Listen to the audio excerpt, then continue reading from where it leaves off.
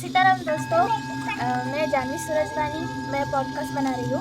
तो आज हम सतयुग की स्थापना इस ग्रंथ के विषय में वार्तालाप करने वाले हैं नानी जी के साथ। इससे पहले भी एक वीडियो बना के डाला है और उस वीडियो की लिंक मैं आपको डिस्क्रिप्शन बॉक्स में दे दूँगी, कमेंट बॉक्स में दे दूँगी।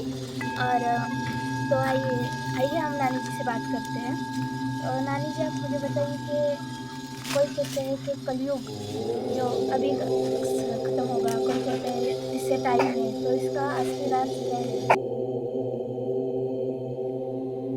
कलयुग कोई कहता है 4,32,000 का है। हाँ। कोई कहता है 5,000 का है। कोई कोई कुछ कहते हैं। दरअसल ग्रंथों में लिखा है 4,32,000 कलयुग की उम्र। तो कलयुग की उम्र 4,32,000 है। 84 पृथ्वी में, एक ब्रह्मांड में अनेकों पृथ्वी, अनेकों ब्रह्मांड है। हम एक ब्रह्मांड की बात करेंगे। एक ब्रह्मांड में 84 पृथ्वी है और 84 पृथ्वी 84 काल चक्र से गुजरती है, फिर एक महाकाल चक्र में समाती है। उसको आज का विज्ञान कहता है ब्लैक होल में समा जाएगी। और 84 काल चक्र पूरे होने पर, 84 पृथ्वी के 84 काल चक्र पूरे होने पर वो एक महाकाल चक्र में समाती है, फिर आकाश गंगा से पुनः प्रकट होती है। तो इस तरह हम एक ब्रह्मांड में की एक पृथ्वी की बात करेंगे। तो एक पृथ्वी 84 काल चक्र से गुजरती है। तो 84 काल चक्र की उम्र 4,32,000 है। कलयुग एक नहीं है, 84 काल चक्र में कलयुग की 4 युगों की उम्र होती है। उम्र कह सकते हैं। 17 की होती है 17,28,000।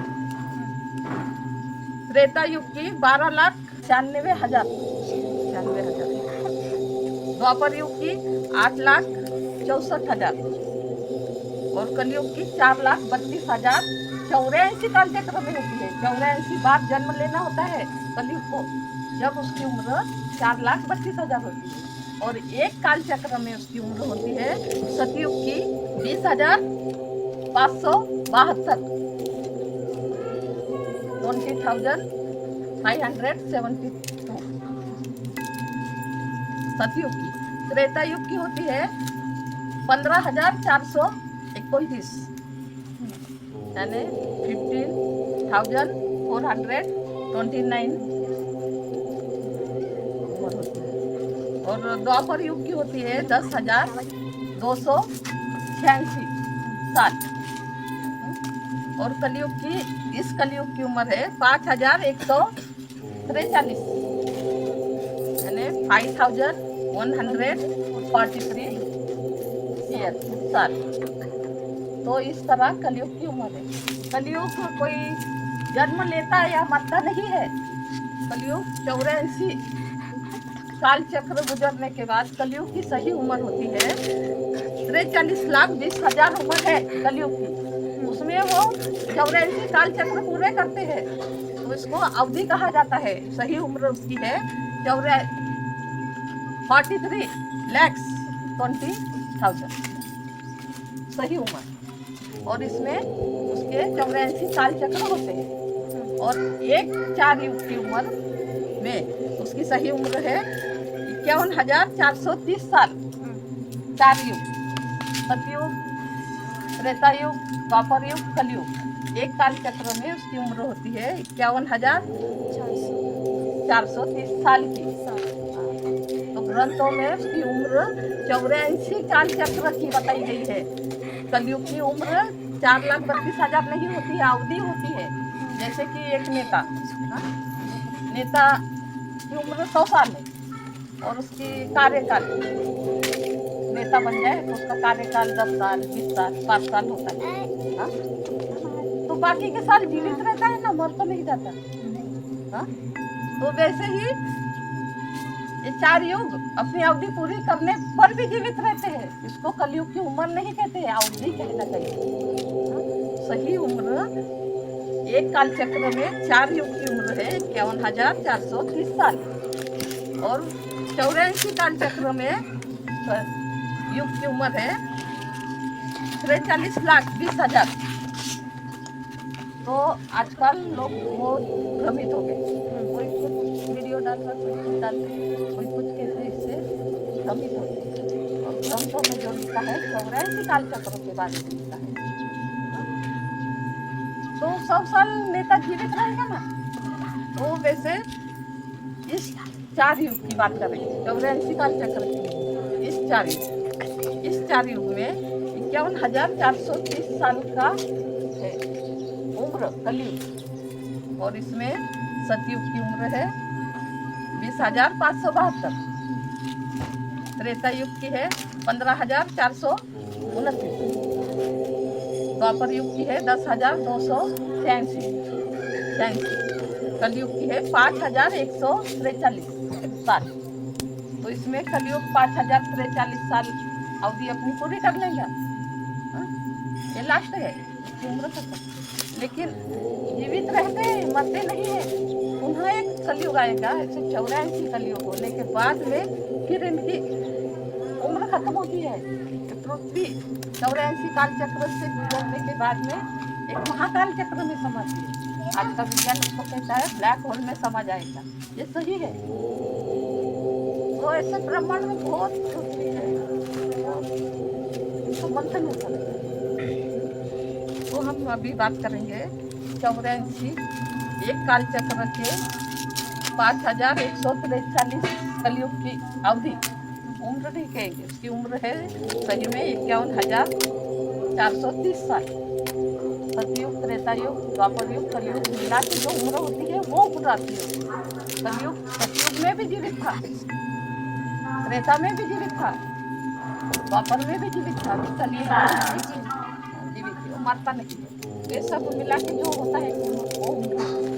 जैसे कि हम देखेंगे सतयुग में भगवान ने जन्म लिया, वामन अवतार। त्रेता युग में वंश के रूप में कलयुग था, द्वापर युग में रावण के रूप में जीवित था। तो वो मरता नहीं है। लोग तरह तरह की बातें करते हैं। कलयुग की उम्र नहीं, अवधि कहा जाता है। कलयुग की अवधि यानी कार्यकाल, बराबर। तो कभी नहीं होना चाहिए।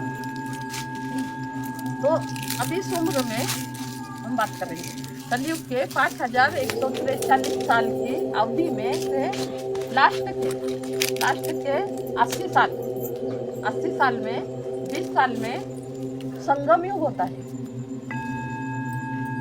जैसे कि हमने देखा पैदा भी नहीं हुआ। 20 साल संगम युग, 20 साल मंथन युग, 20 साल संग्राम युग और 20 साल स्थापना युग, सतयुग की स्थापना हो 20 साल। जैसे 80 साल लास्ट। तो 1995 में संगम युग लग चुका था। जब हम छोटे थे, मैं छोटी थी तो मैंने देखा जहाँ की संस्कृति वहीं चलती थी, जहाँ का पहनावा, वहाँ खाना पीना सब जहाँ का। अब वो इडली खाना हो तो महाराष्ट्र में नहीं मिलेगी, आंध्रा में जाना। महाराष्ट्र का खाना हो वड़ा पाव तो महाराष्ट्र में आना। तो ऐसा अलग अलग था सब। पहले संगम युग लगने के बाद में 1995 में संगम युग लग चुका। फिर हमने देखा 20 साल में सब कुछ मिल गया, सब बोली, सब खाना पीना, सब संस्कृति मिल गई, संगम हो गया सबका। संगम होने के बाद में 2015 में संगम युग खत्म हो गया। बाद में 2015 से मंथन युग लगा है। तो ये मंथन युग में हमने देखा कि मंथन होगा, सब अलग हो जाएगा। तो इसमें बहुत सी भक्ति बढ़ गई, बहुत से लोगों के आगे सवारी आ गई, भक्ति बढ़ गई, देवस्थानों को जागरूक हो रही। मैंने अपने ग्रंथ में लिखा है, पूरा ग्रंथ में आएगा, आप ग्रंथ पढ़ जरूर पढ़ें। उसमें है मंथन युग में जैसे लगा 2015 में मंथन युग लगा। तो हमने देखा बहुत से ढोंगी बाबा जेल जा चुके, बहुत से पकड़ा गए, बहुत से आतंकवाद खत्म हुआ, बहुत होगा। तो ये मंथन होगा। मंथन में क्या होगा, सब अलग अलग हो जाए, सब जिसकी संस्कृति वो जिसकी भाषा हो।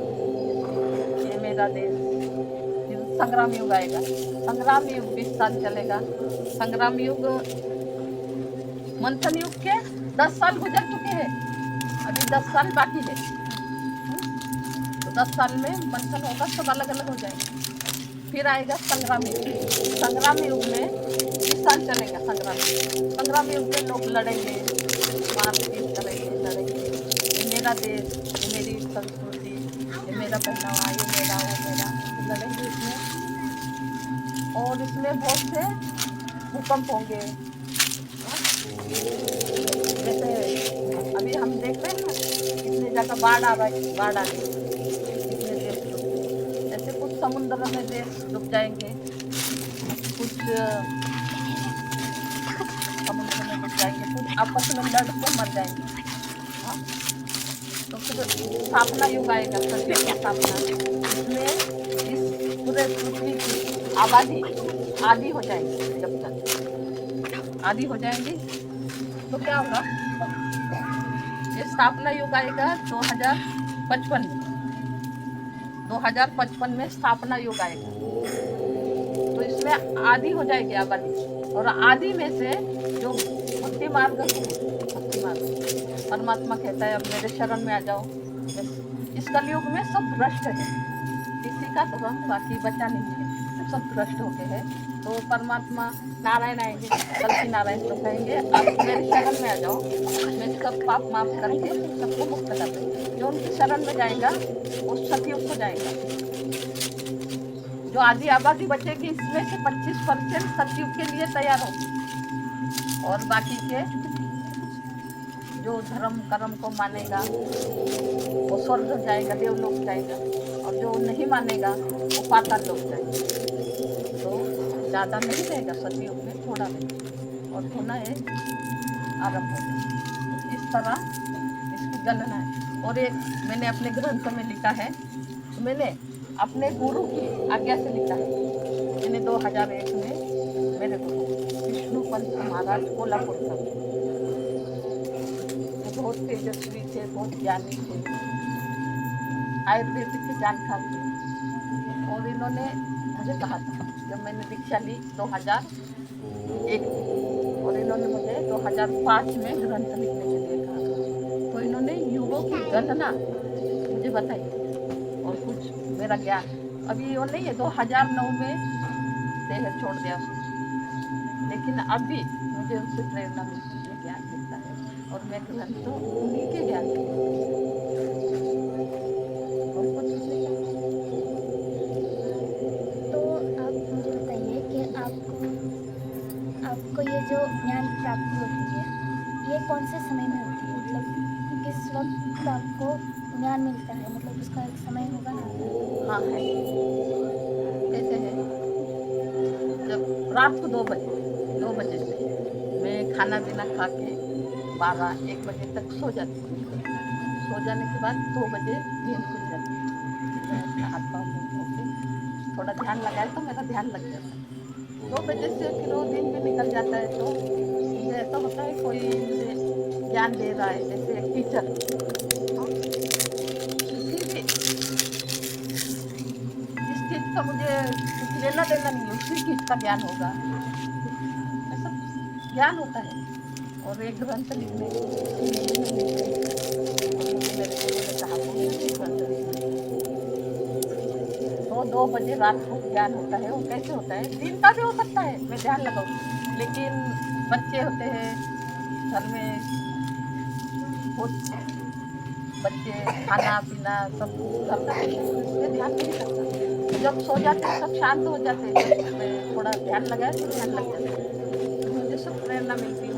कोई ऐसा होता है कोई मुझे समझा रहा है बच्चे, तो मैं ऐसा करना चाहिए। पहली आवाज़ मुझे आई थी 1995 में, तो मैं सतयुग की स्थापना के लिए ग्रंथ लिखना है, स्थापना का, मुझे कुछ भी समझ नहीं है कैसी आवाज़ है क्या। मैंने अपने पहले जो पॉडकास्ट हुआ ना उसमें बताया है, तो ऐसी प्रेरणा मिलती है। और रात में ग्रंथ लिख रही है परमात्मा की।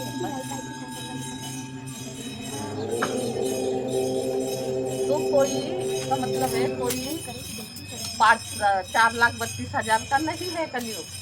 84 काल चक्र में से गुजरने के बाद उसकी अवधि होती है 4,32,000। उम्र नहीं होती उसकी। उम्र तो सही 84 काल चक्र में गुजरने के बाद उसकी उम्र है 43,20,000 सही उम्र। और एक काल चक्र में उसकी उम्र है 84 जन्म ले सकता है। 84 जन्म की उम्र है 4,32,000 उम्र नहीं अवधि।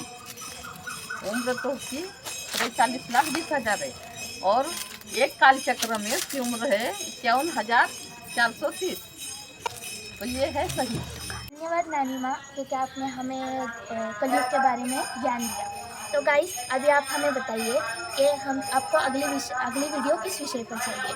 वैसे तो हमने ये सोचा है कि हम अगली वीडियो इस विषय पर बनाएंगे कि सवारी आना क्या होती है, देवी देवताओं की सवारी कैसे आती है एक इंसान पर। तो उस विषय पर हम अगली वीडियो बनाएंगे। और आपको जो क्वेश्चंस, आपके मन में जो क्वेश्चंस उपलब्ध हुए होंगे, तो वो भी आप हमें कमेंट के द्वारा बता दीजिए, हम नानी माँ से पूछेंगे। और नानी माँ को ब्रह्म ज्ञान होता है, तो ब्रह्म ज्ञान से उन्हें आवाज़ आती है रात को। तो उस समय पर अगर आप हमें क्वेश्चन पूछेंगे, आपके मन में जो क्वेश्चन आए होंगे तो आप हमें पूछेंगे, तो हम वो क्वेश्चन नानी माँ से पूछेंगे और नानी माँ हमें उस क्वेश्चन का आंसर बताएंगी। तो धन्यवाद दोस्तों। तो हम आपको मिलते हैं अगली वीडियो में। लाइक से सब्सक्राइब।